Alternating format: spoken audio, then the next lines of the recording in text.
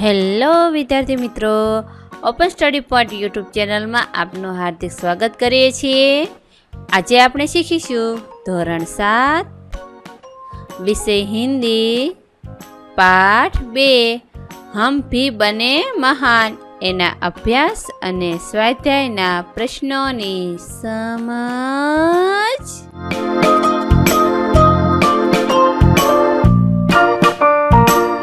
સૌપ્રથમ अभ्यासना प्रश्नों जोईशु। प्रश्न क्रम 1, निम्नलिखित प्रश्नों के उत्तर दीजिए। सवाल नंबर 1, बच्चे को बचाने में देरी होती तो क्या होता? तेनो जवाब, बच्चे को बचाने में देरी होती तो वह सामने से आ रही मोटर के नीचे आ जाता। सवाल नंबर 2, दूसरों की जान बचाना हमारा कर्तव्य है। आप और किन बातों को अपना कर्तव्य समझते हैं? तो इनो जवाब, मैं निम्नलिखित बातों को अपना कर्तव्य समझता हूँ। पहलू, किसी को दुख न पहुँचाना। बीजू, बड़ों का सम्मान करना। तीजू, अन्याय को सहन न करना।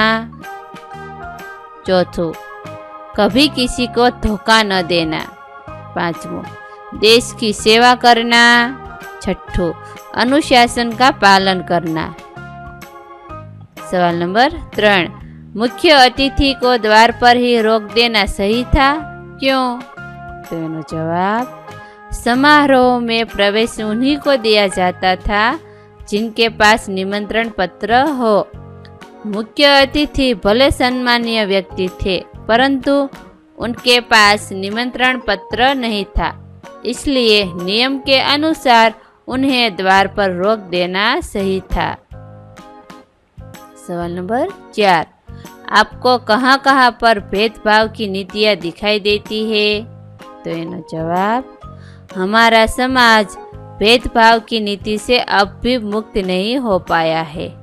परिवार में बेटा बेटी का, समाज में गरीब अमीर, ऊंच नीच, जाति पाति का भेद रखा जाता है। सरकारी और निजी कार्यालयों में वरिष्ठ और कनिष्ठ के बीच भेदभाव की नीति दिखाई देती है। सवाल नंबर 5, सफल होने के लिए हमें क्या करना चाहिए? तेनो जवाब, सफल होने के लिए हमें लक्ष्य के प्रति जरा भी लापरवाह नहीं होना चाहिए। लक्ष्य को पाने के लिए लगातार अभ्यास करना चाहिए। अभ्यास के समय दिखाई देने वाली अपनी त्रुटियों को दूर करना चाहिए। सवाल नंबर 6, आप किसको प्रामाणिक इंसान कहते हैं? तो इनो जवाब, जो व्यक्ति अपनी मेहनत की कमाई के सिवाय और किसी धन का उपयोग नहीं करता उसे मैं प्रामाणिक इंसान कहता हूँ। प्रामाणिक दुकानदार वस्तु का सही दाम लेता है। प्रामाणिक अधिकारी कभी किसी से रिश्वत नहीं लेता। प्रामाणिक टैक्सी वाला मीटर में दिखाई दाम से अधिक किराया नहीं लेता। ऐसे लोगों को मैं प्रामाणिक इंसान कहता हूँ। प्रश्न 2, आपने कोई घटना या प्रसंग सुना हो या पढ़ा हो, उसे कक्षा में कहिए। कक्षा में प्रस्तुत की गई घटना या प्रसंग में से किसी एक को अपनी भाषा में लिखिए। जवाब, रायगढ़ शिवाजी की राजधानी थी।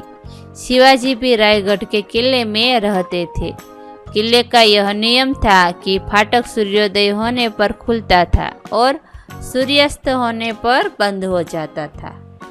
बंद फाटक सूर्योदय होने के पहले कभी नहीं खोला जा सकता था। इस नियम का पूरी सख्ती से पालन किया जाता था। एक बार एक अधिकारी रात को 2 बजे आया और उसने द्वारपाल को फाटक खोलने का आदेश दिया। उसने कहा कि वह शिवाजी का खास आदमी है और बहुत जरूरी काम से उनसे मिलना चाहता है। यदि वह उसे किले में नहीं जाने देगा तो शिवाजी उसे कड़ा दंड देंगे। वे उसे नौकरी से भी निकाल सकते हैं। द्वारपाल ने उससे साफ कह दिया, आप कोई भी हो और कुछ भी कहे, मैं फाटक नहीं खोलूँगा। आपको अंदर जाना है तो सुबह होने तक फाटक खुलने का इंतज़ार कीजिए। तब उस व्यक्ति ने द्वारपाल को फाटक खोलने के लिए एक बड़ी रकम देने का लालच दिया, लेकिन द्वारपाल ने किसी भी कीमत पर फाटक खोलने से इनकार कर दिया। आखिर फाटक अगले दिन सूर्योदय होने पर ही खुला। वास्तव में उस अधिकारी के रूप में शिवाजी ही अपने द्वारपाल की परीक्षा ले रहे थे। द्वारपाल की प्रामाणिकता और निष्ठा देखकर वे बहुत खुश हुए और उसे अच्छा पुरस्कार दिया। प्रश्न क्रम 3 चर्चा कीजिए।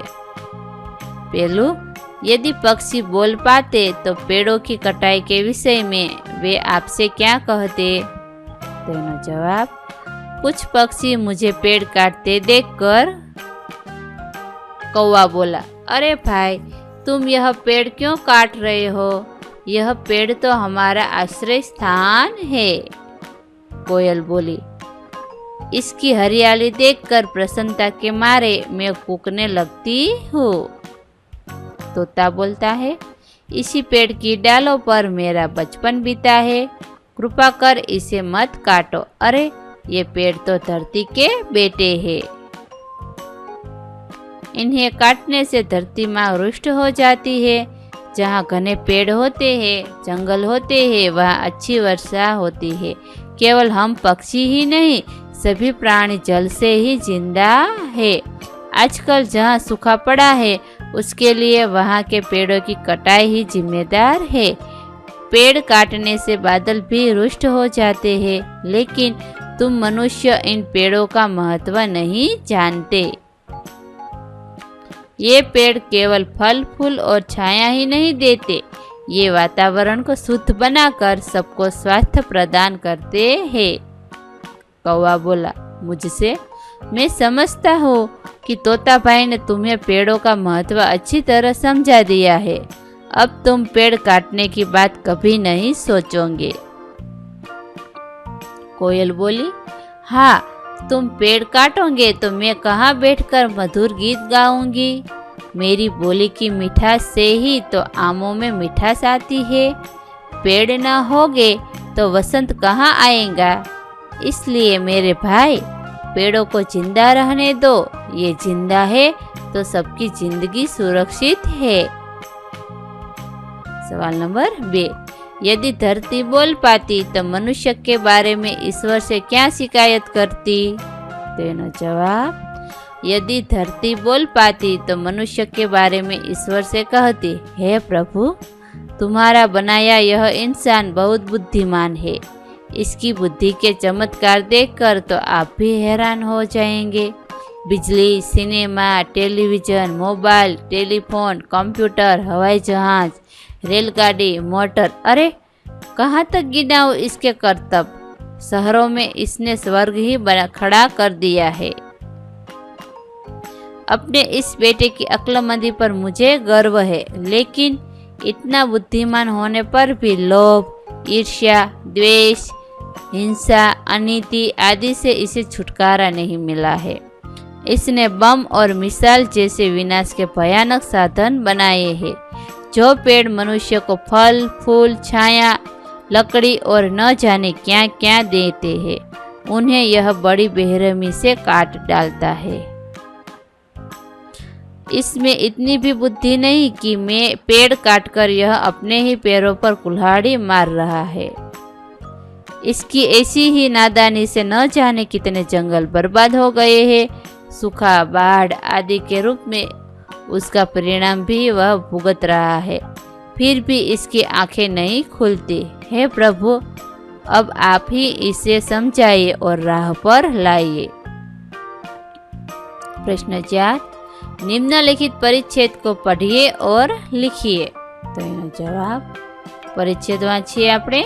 किसी ने स्वामी विवेकानंद से पूछा, सब कुछ होने पर भी मनुष्य के पास क्या होना जरूरी है? स्वामी विवेकानंद ने कहा, उस उम्मीद का होना जरूरी है जिसके बलबूते पर हम खोया हुआ सब कुछ वापस पा सकते हैं। प्रश्न 5, निम्नलिखित परिच्छेदों में उचित विराम चिन्ह लगाकर लिखिए।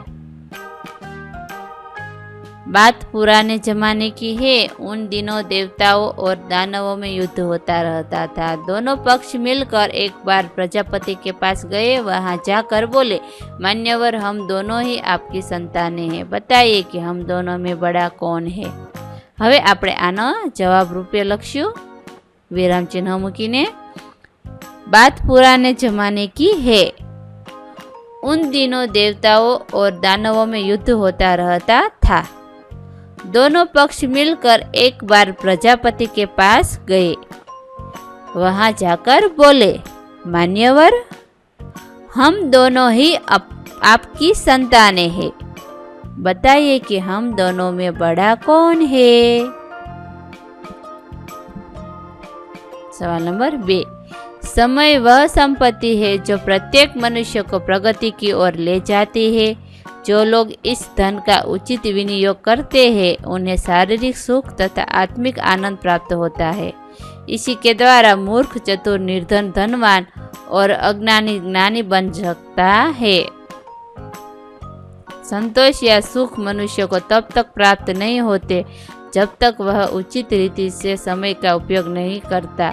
क्या तुम मानते हो कि समय निस्संदेह एक रत्न राशि है। एनो जवाब रूपे लखिए। समय वह संपत्ति है जो प्रत्येक मनुष्य को प्रगति की ओर ले जाती है। जो लोग इस धन का उचित विनियोग करते हैं उन्हें शारीरिक सुख तथा आत्मिक आनंद प्राप्त होता है। इसी के द्वारा मूर्ख, चतुर, निर्धन, धनवान और अज्ञानी ज्ञानी बन सकता है। संतोष या सुख मनुष्य को तब तक प्राप्त नहीं होते जब तक वह उचित रीति से समय का उपयोग नहीं करता। क्या तुम मानते हो कि समय निसंदेह एक रत्न राशि है। હવે આપણે સ્વાધ્યાયના પ્રશ્નોની સમજ મેળવશું। प्रश्न क्रम 1।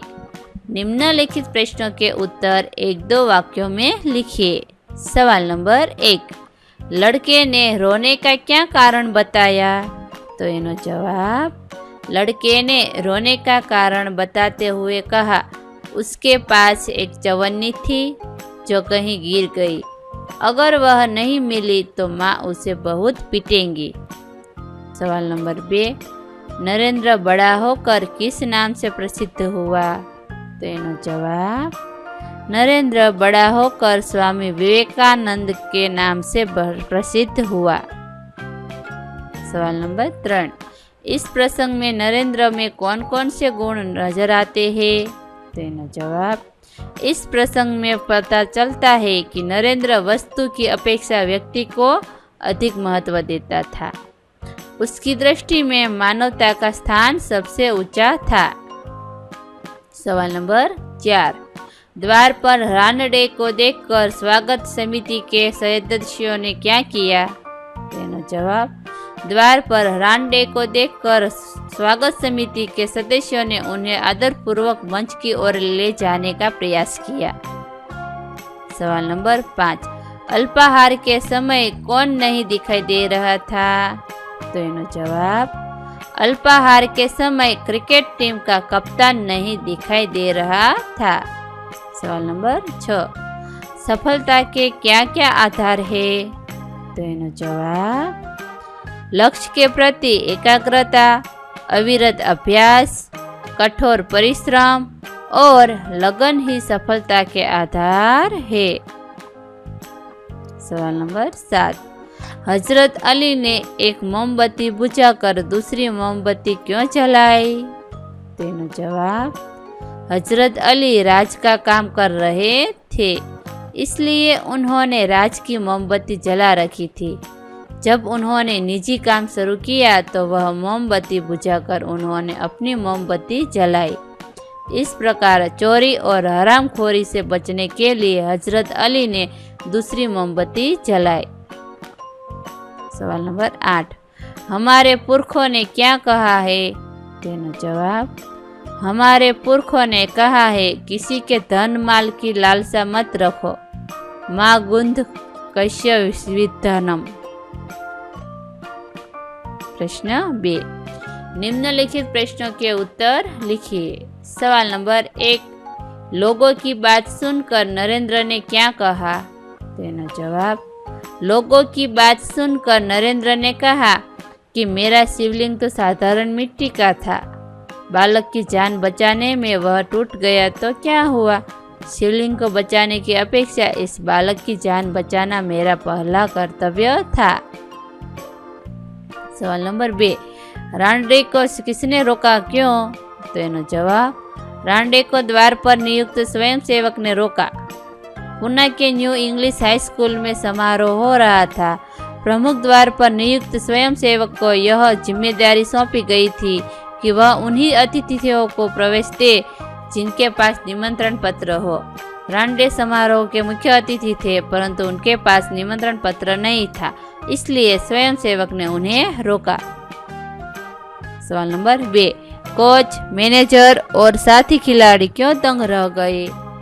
तेनो जवाब, अल्पाहार के लिए सब हाजिर थे, परंतु टीम का कप्तान दिखाई नहीं दे रहा था। पूरी टीम उसे ढूंढने में लग गई, पर वह कहीं नजर नहीं आया। आखिर किसी ने उसे उसके कमरे की गैलरी में देखा।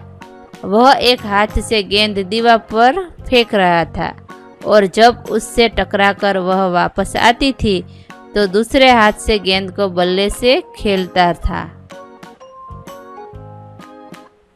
क्रिकेट के प्रति टीम के कप्तान का ऐसा लगाव देखकर कोच, मैनेजर और साथी खिलाड़ी दंग रह गए। सवाल नंबर 4, राजकाज का काम कैसे अच्छी तरह से चल सकता है? तो जवाब, हजरत अली राजकाज के लिए राज की मोमबत्ती जलाते थे। अपना काम करने के लिए वे राज की मोमबत्ती बुझाकर अपनी मोमबत्ती जलाते थे। निजी काम के लिए राज की मोमबत्ती जलाना उनकी नज़र में चोरी और हरामखोरी थी। राजकाज में हजरत अली जैसी प्रामाणिकता रखी जाए तो ही वह अच्छी तरह से चल सकता है। प्रश्न क्रम 3, उचित विकल्प के सामने का गोला रंग कीजिए। सवाल नंबर 1, नरेंद्र ने लड़के को क्या दिया? तो ऑप्शन જોઈએ, 58, 54, शिवलिंग के रुपया। તેનો સાચો જવાબ છે 54। नरेंद्र ने लड़के को 54 दी। सवाल नंबर 2, समारोह के मुख्य अतिथि कौन थे? તેના વિકલ્પો જોઈએ, हजरत अली, स्वामी विवेकानंद, गोपाल कृष्ण गोखले, महादेव गोविंद रानडे। तो एनो साचो विकल्प आवशे महादेव गोविंद रानडे। समारोह के मुख्य अतिथि महादेव गोविंद रानडे थे। सवाल नंबर 3, स्वयंसेवक क्या देखकर लोगों को यथास्थान ले जा रहे था? तो विकल्पों, निमंत्रण पत्र, पहचान पत्र, राशन कार्ड, ड्राइविंग लाइसेंस। तेनो साचो जवाब आवशे निमंत्रण पत्र। स्वयंसेवक निमंत्रण पत्र देखकर लोगों को यथास्थान ले जा रहा था। सवाल नंबर 4, स्वागत समिति के सदस्य रानडे को किस ओर ले जाने का प्रयास कर रहे थे? तेना विकल्पों જોઈએ, विश्राम गृह, भोजन कक्ष, मंच અને सभागृह।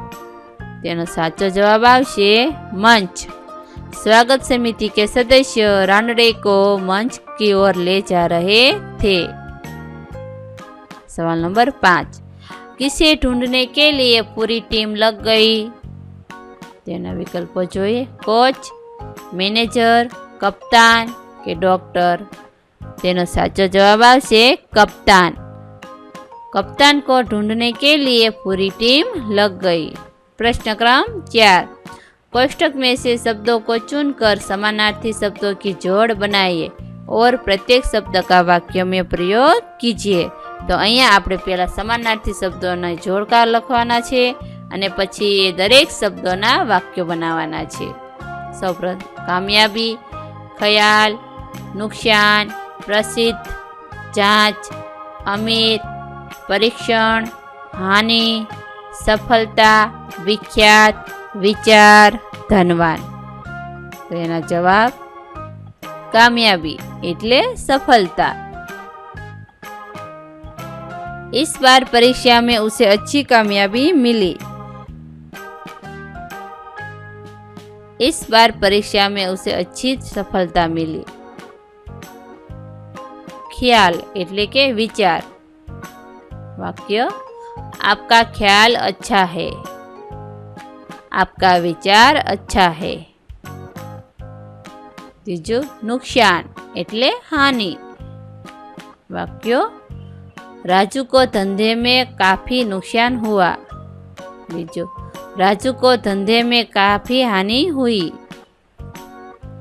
सवाल नंबर 4 प्रसिद्ध एटले विख्यात। वाक्य જોઈએ पालीताना गुजरात का प्रसिद्ध तीर्थ स्थल है। पालीताना गुजरात का विख्यात तीर्थ स्थल है। 5 जांच एटले के परीक्षण। पिताजी हिसाब किताब की जांच कर रहे हैं। पिताजी हिसाब किताब का परीक्षण कर रहे हैं। अमीर एटले धनवान। वह गांव का सबसे बड़ा अमीर है। वह गांव का सबसे बड़ा धनवान है। आ विडियो निहाळवा बदल आपनो खूब खूब आभार अने ओपन स्टडी पॉइंट चेनल तरफथी विडियो निहाळवा बदल आपनो आभार। आवा बीजा विडियोज निहाळवा माटे अमारी YouTube channel open study point अत्यारे ज सब्सक्राइब करो।